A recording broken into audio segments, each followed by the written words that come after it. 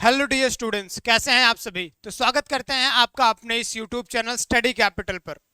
और जैसा कि आप सभी को पता है कि लगातार हम लोग आपके पास में आपकी समस्याओं का समाधान करने आते रहते हैं। तो क्लास 12th वाले बच्चे भी बहुत परेशान थे, उनकी भी कुछ क्वेरीज थी कि सर क्या ये सही समय है स्टार्ट करने का, और इस समय पे हम स्टार्ट कर रहे हैं तो क्या ऐसी पॉसिबिलिटी है कि मैं 90% प्लस या 95% तक स्कोर कर सकता हूं अपने बोर्ड एग्जाम में। तो पहले चीज तो मैं इसका आंसर कर दूं हाँ। और कैसे करना है आज के हम इस वीडियो में बात करने वाले हैं। सबसे पहले मैं आपको अपने बारे में बता दूं, कई सारे बच्चे हमको जानते भी हैं, लेकिन जो नहीं जानते, जो मुझे पहली बार देख रहे हैं, उनको मैं बता दूं। मेरा नाम सूरज है और मैं फिजिक्स पढ़ा रहा हूं पिछले 4 वर्षों से। एक वर्ष पर तो स्टडी कैपिटल में पढ़ा रहा हूं, आपको पता है सीयूईटी वाले एस्पिरेंट्स को। लेकिन स्टडी कैपिटल पे आने के पहले मैं 2 सालों तक ऑफलाइन इंस्टीट्यूट और स्कूल में पढ़ाया, और 1 साल मेरा खुद का ऑफलाइन इंस्टीट्यूट चला जिसमें मैंने मैंने कि फिजिक्स पढ़ाया। तो अभी मैं फाइनली स्टडी कैपिटल पे हूं और मैं यहाँ पे बात कर रहा हूँ क्लास 12th बोर्ड एग्जाम में 90% प्लस कैसे स्कोर कर सकते हैं आप लोग। सीयूईटी की फिजिक्स लगभग 12th की फिजिक्स से सेम रहती है, तो मैं आज 12th वाले बच्चों के लिए बात करूंगा। सीयूईटी वाले बच्चे गुस्सा नहीं करेंगे, ठीक है, क्योंकि आपके लिए भी बेहतर हो सकता है। तो आज की इस वीडियो में मैं आगे बढ़ूं उसके पहले मैं बता दूं आपको, चैनल को सब्सक्राइब कर दीजिएगा, चूंकि चाहे वो सीबीएसई 12th को लेके हो, चाहे वो सीयूईटी को लेके हो, हर अपडेट आपको यहाँ पे मिल जाएगी और साथ में पूरी की पूरी तैयारी भी आपको यहाँ पे मिल जाएगी। सबसे पहली चीज, how to start and when to start. Start कैसे करें और किस तरीके से कब स्टार्ट करें। एक बात मैं आपको बता दूं, किसी काम को शुरुआत करना ही बहुत कठिन होता है और स्टार्ट हो जाता है तो वो चलते रहना आसान हो जाता है। जैसे अगर मैं आपको बता दूं फॉर एग्जांपल एक फिजिक्स के लैंग्वेज में, कि जिस तरह से पंखे को चलाने के लिए, मतलब जस्ट अबाउट टू रोटेट करने के लिए थोड़ा ज्यादा फोर्स की रिक्वायरमेंट होती है, अगर वो चलने लगता है तो उसको कम फोर्स लगेगा, तब भी उसको मंजूर है। किसी ब्लॉक को स्लाइड कराने के लिए ज्यादा फोर्स की रिक्वायरमेंट होती है, अगर वो चलने लगता है तो उसको आप नॉर्मल फोर्स से भी आगे बढ़ा सकते हैं। तो वही चीज की सही समय पे कैसे स्टार्ट करना है, स्टार्ट ही सबसे कठिन होता है। और मुझे पक्का पक्का पता है कि आप लोग अभी भी इसी इंतजार में हैं कि आज नहीं कल, आज नहीं कल, आज नहीं कल करेंगे।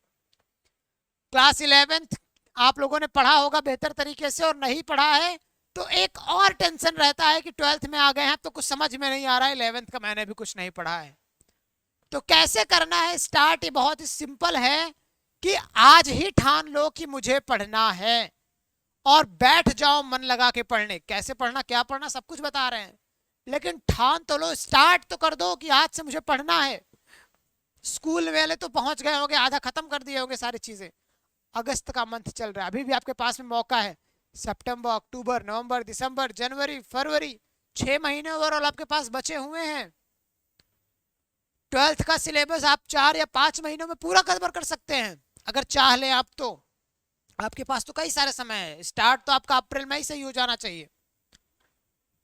तो कैसे स्टार्ट करना और कब स्टार्ट करना है, कब वाला क्वेश्चन तो बहुत ज्यादा क्या है कि डिमांडिंग है भाई, कब स्टार्ट करें। तो भाई अब पूछने वाली बात नहीं है कब, अब कर देने वाली बात है तुरंत और अब, ठीक है। तो स्टार्ट कर दीजिए। कैसे स्टार्ट करना है, स्टेप बाय स्टेप आगे बढ़ते हैं, ठीक है। देखो भाई, क्लास 12th का सिलेबस कवर कराने से पहले फॉर एग्जांपल हर एक चैप्टर की मैं अगर मैं बात करूं फॉर एग्जांपल मैथमेटिक्स की, किसकी बात करूं मैं, अगर मैथमेटिक्स की बात करूं, अगर मैं बात करूं फिजिक्स की, अगर मैं बात करूं केमिस्ट्री की, तो एक चीज तो पता है, ये 3 ऐसे विषय हैं। मैथ वाले बच्चों की बात कर रहा हूं, साइंस वाले, यहाँ पे आप बायोलॉजी ले सकते हैं, ठीक है, बायोलॉजी ले लो आप, ठीक है। और अगर आपकी कोई स्ट्रीम है, मान लीजिए कॉमर्स है तो अकाउंटेंसी, बिजनेस स्टडीज, बीएसटी, और आप इको ले लो, ठीक है, इकोनॉमिक्स। ये 3 ऐसे विषय होते हैं आपके जो मेन डोमेन में आते हैं। इन 3 का रिलेशन क्लास 11th से भी होता है, क्लास 12th में तो होता ही होता है, लेकिन इन सब का रिलेशन कहाँ होता है, क्लास 11th में भी होता है। लेकिन अगर आपके पास में जो हिंदी है और आपके पास में जो इंग्लिश है, या आपके अदर, या 2 ही इसके अलावा होते, 3 के अलावा, तो आपके पास में कोई 2 एक्स्ट्रा सब्जेक्ट्स हैं, तो इन सब का रिलेशन आपका 11th से नहीं होता है। अगर मैं बात करूं ग्रामर वगैरह पोर्शन की, ग्रामर का तो पोर्शन अगर आपने एक बार कवर कर लिया है तो दोबारा पढ़ने की आवश्यकता नहीं होती है। लेकिन इनके जो प्रोज पोएट्री सप्लीमेंट्री हैं वो चीज तो आप क्या कर सकते हैं, सिंपली हर साल की तरह नया मिल जाता है, आप पढ़ सकते हैं हर घंटे, यानी कि हर दिन अगर आप आधे घंटे भी दे रहे हैं, आधे आधे घंटे आप हिंदी को दीजिए, आधे घंटे इंग्लिश को दीजिए, तो that is sufficient for you all. लेकिन अगर मैं बात करूं इन तीनों सब्जेक्ट की, तो इन तीनों को स्टार्ट करने से पहले इसका तीनों का जो बेसिक्स होता है, basics of these all three and these three, वो आपको क्लियर करना ही पड़ेगा। फॉर एग्जाम्पल अगर मैं फिजिक्स की बात करूं तो फिजिक्स में आपके बेसिक मैथमेटिक्स तो कवर होने चाहिए, उसके साथ में आपका वेक्टर तो आना ही आना चाहिए, है ना, वेक्टर तो जरूरी है। तो ये सारी चीजें आप पहले से पढ़ के रखोगे तभी आएगा। मैथमेटिक्स में मैं अगर बात करूं तो अगर आप एओडी पढ़ने जा रहे हैं तो आपको डी आना चाहिए, मतलब डिफरेंशिएशन आना चाहिए। अगर आप एप्लीकेशन ऑफ डिफरेंशिएशन पढ़ने जा रहे हैं तो बेसिक्स ऑफ आने चाहिए डिफरेंशिएशन, चूंकि 11th में ही कई बेसिक्स हो जाते हैं जिन आपको 12th में पढ़ाया जाता है। ट्रिग्नोमेट्री के कुछ चीजें पता, ट्रिग्नोमेट्री पूरी आपको आनी चाहिए जिससे आप 12th में आने वाले समय में इनवर्स ट्रिग्नोमेट्री पढ़ सको, समझ सको। तो वो बेसिक्स चीजें जो आपके पास में है, आपके सब्जेक्ट टीचर बहुत बेटर तरीके से बता सकते हैं। आप कोई एक टीचर पकड़ लीजिए मैथ का, कोई टीचर पकड़ लीजिए केमिस्ट्री का, और फिजिक्स के लिए तो 3-4 साल का, यानी कि मिनिमम 4 साल का एक्सपीरियंस लेकर तो मैं बैठा हूं, क्योंकि एक एक साल में मैंने 2-2, 3-3 बार सिलेबस कवर कराया है बच्चों का, कहीं कोचिंग में, कहीं ट्यूशन में, कहीं स्कूल में। तो अगर मैं ओवरऑल बात करूं पढ़ाने की, तो मैंने 7-8 बार फिजिक्स को कवर करा रखा है। लेकिन अगर मैं बात करूं किसी पार्टिकुलरली ईयर्स की, तो मैंने 4 साल तो मिनिमम पढ़ा ही रखा है। तो एक बेटर गाइडेंस आपको फिजिक्स में मैं प्रोवाइड कर सकता हूं, तो आप मुझे भी ऐसे फॉलो कर सकते हैं, है ना। यहाँ पे आप यूट्यूब पे आप बने रहिए, आपको सारी चीजें मैं फिजिक्स की पढ़ाने वाला हूँ, आज से स्टार्ट करने वाला हूँ मैं। तो ये भी चीजें आप यहाँ पे बेटर गाइडेंस ले सकते हो। आगे अगर बात करें, ये आता है क्या it is correct time to start, तो यस एंड एब्सोल्युटली। अगर आप अप्रैल में स्टार्ट कर देते तो that was beneficial for you. लेकिन अगर आपने नहीं स्टार्ट किया, लेकिन आप तक इस उम्मीद में खड़े थे कि कोई आएगा जो मुझे बताएगा कि yes it is correct time for start, तो आप स्टार्ट करेंगे, तो भैया मैं आ गया हूं और मैं आपको बता रहा हूं कि यस डेफिनेटली ये सही समय है आपके स्टार्ट करने का। तो शुरू हो जाइए और सिलेबस कवर करना शुरू कर दीजिए। मैं मानता हूं 1 महीने आपके चले जाएंगे बेसिक्स कवर करने में 11th के। चलो आज क्या है भाई, आज 20 अगस्त है, ले जाओ यार तुम 20 सितंबर तक लेके चले जाओ। 20 सितंबर तुम 11th के बेसिक्स ही कवर करो। लेकिन जिस दिन तुम्हारे 11th के बेसिक्स कवर हुए, उस दिन फिजिक्स केमिस्ट्री मैथ तुम्हें खत्म करने में 3 से 4 महीने खत्म, सब खत्म कर दोगे। और बहुत ज्यादा डेडिकेशन रहा ना तो 1-2 महीने में कवर कर दोगे, तो मुझे पूरा विश्वास है। तो भले ही स्टार्टिंग में आपको कुल्हाड़ी में धार लगाने की आवश्यकता पड़े तो लगा लो भाई, कम से कम सुडोल या बेडोल क्या कहते हैं उसको, बिना धार वाली कुल्हाड़ी को लेके आपको फालतू की मेहनत तो नहीं करनी पड़ेगी। कहते हैं अगर आप पेड़ काटने जा रहे हैं ना, तो पेड़ काटने से वाले दो तरह के इंसान होते हैं, एक जो बिना धार की कुल्हाड़ी लेके दिन भर लगे रहते हैं, और एक जो आधे घंटे, 1 घंटे, 2 घंटे का टाइम लगाते हैं कुल्हाड़ी को पैनी करने में। वो पैनी करते हैं एंड देन पेड़ को काटते हैं और वो सफल भी हो जाते हैं।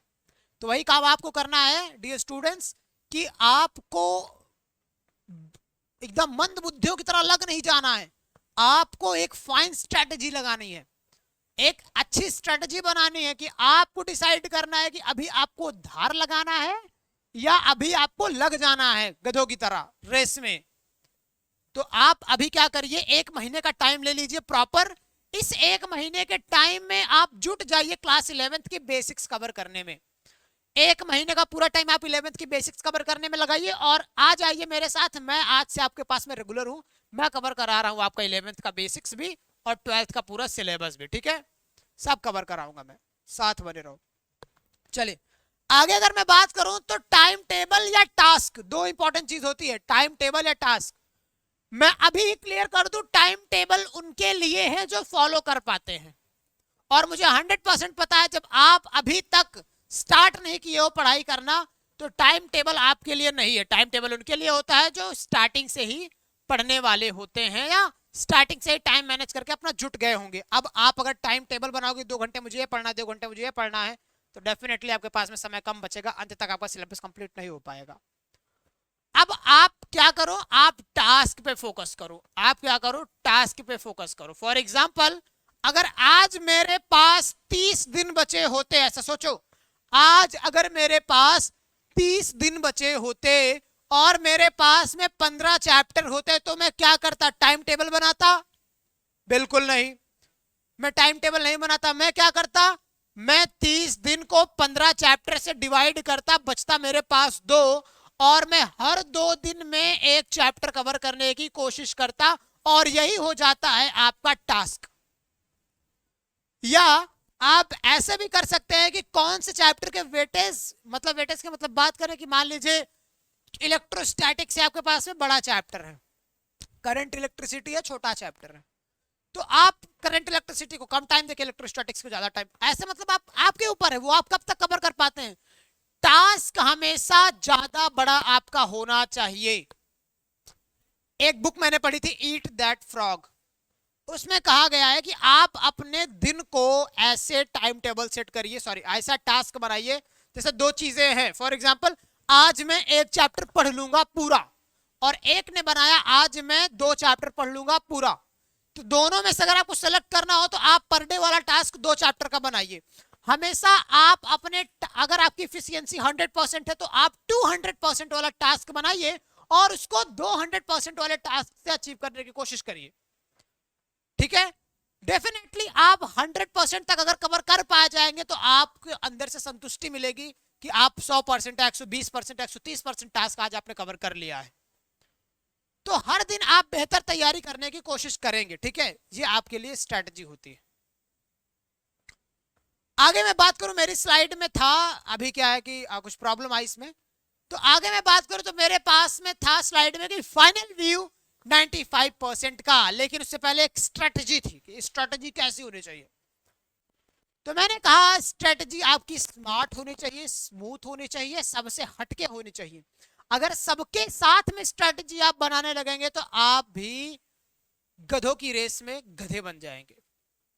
आपको अलग से निकलना है। एक बात पक्की बात याद रहनी चाहिए, सबके 95% या 90% नहीं आते हैं, कुछ ही लोगों के 95% या 90% के एबव आते हैं। आपको डिसाइड करना है यू आर द वन, या आप उनमें से ही हैं।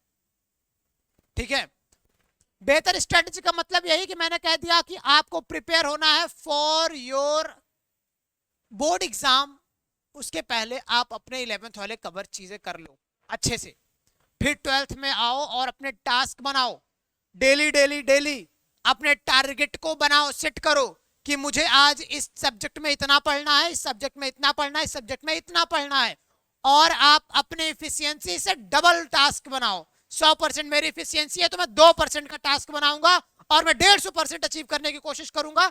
कोशिश तो मैं 200 को करूंगा, लेकिन आप 150 तक कर पाओगे, मुझे पूरा यकीन है। लेकिन इस बीच में आपके ये जो फोन है ना, ये डिस्ट्रैक्शन नहीं आने चाहिए। एक फिक्स टाइम बनाओ कि मुझे इसे कब यूज करना है, इसका सदुपयोग कब करना है। आज अगर सूरज सर की मैं 20 मिनट की वीडियो देख रहा हूं तो मुझे पता है कि कहीं ना कहीं मैं 20 मिनट अपने यूटिलाइज करूंगा किसी और काम में, पढ़ाई करूंगा उसको। चलाओ तुम, बात करो, जिससे बात करना है करो, फ्री हो तुम, लेकिन वो टास्क जो तुमको मैंने रिमाइंड कराया उसको कवर करने के बाद। तुम यूट्यूब पे 1 घंटे वीडियो देखो, तुम रील्स भी देखो, लेकिन अपने टास्क को कवर करने के बाद दिमाग में जिस दिन ऐसा ख्याल आ गया कि अभी लाओ देख लेते हैं टास्क, तो फिर भी अचीव हो जाएगा, आज अभी 6 घंटे बचे हैं, उस दिन तुम्हारा काम नहीं हो पाएगा। डेफिनेटली मैं बता दे रहा हूं, काम तुम्हारा तब कंप्लीट होगा जिस दिन तुम डिसाइड कर लोगे कि नहीं, टास्क मेरी पहली प्रायोरिटी है, टास्क कंप्लीट हो जाता है, फिर चाहे वो मैं 10 घंटे का टास्क मैं 5 घंटे में निपटा दूं, 6 घंटे में निपटा दूं, फिर मेरे पास में 4 घंटे 5 घंटे बचे, मैं रील्स स्क्रॉल करूंगा। करो भाई तुम, गर्लफ्रेंड से बात करूंगा, करो भाई तुम, कोई दिक्कत नहीं है, लेकिन टास्क आपकी पहली प्रायोरिटी होनी चाहिए। और जिस दिन आपके अंदर ये जुनून आ गया, आप 100% का टास्क 200% में बना रहे हैं एफिशिएंसी से अपने, तो उस दिन आपको ये फर्जी टाइम मिलेगा भी नहीं काम करने के लिए, ना रील्स देखने के लिए, ना किसी से बात करने के लिए। आप भी डेडिकेटेड हो जाएंगे कि मुझे पढ़ना है। और जिस दिन पढ़ने में मजा आ गया ना, उस दिन आप सोचेंगे भी नहीं इन सब चीजों में, आप इन्वॉल्व हो जाएंगे अपनी पढ़ाई में। तो पढ़ाई से मजा कैसे दिलाना है, मजा कैसे लाना है, वो है रेगुलर स्टडी से।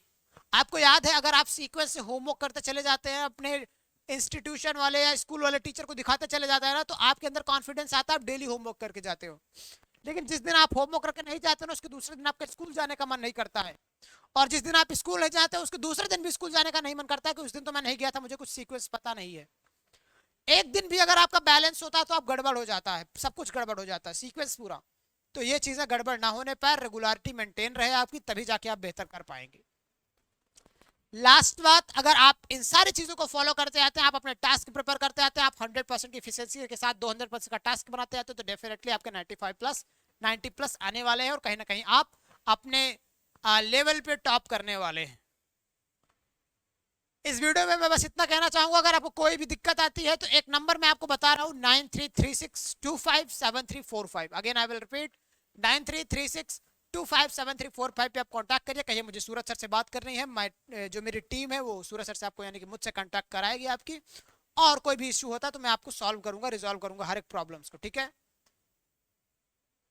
और आपको अगर तैयारी करनी है क्लास 12 बोर्ड एग्जामिनेशन की, तो इसी नंबर पे कांटेक्ट करके हमसे बात करिए, हम आपको फ्री में सारी चीजें प्रोवाइड करेंगे। और बेसिकली मैं अपना सिलेबस जो है 12th फिजिक्स का मैं फ्री में लाने वाला हूं। तो अभी के लिए wish you all the very best, पढ़ाई करते रहिए और आगे बढ़ते रहिए। मिलते हैं ऐसी किसी अगली वीडियो में, टिल देन बाय बाय।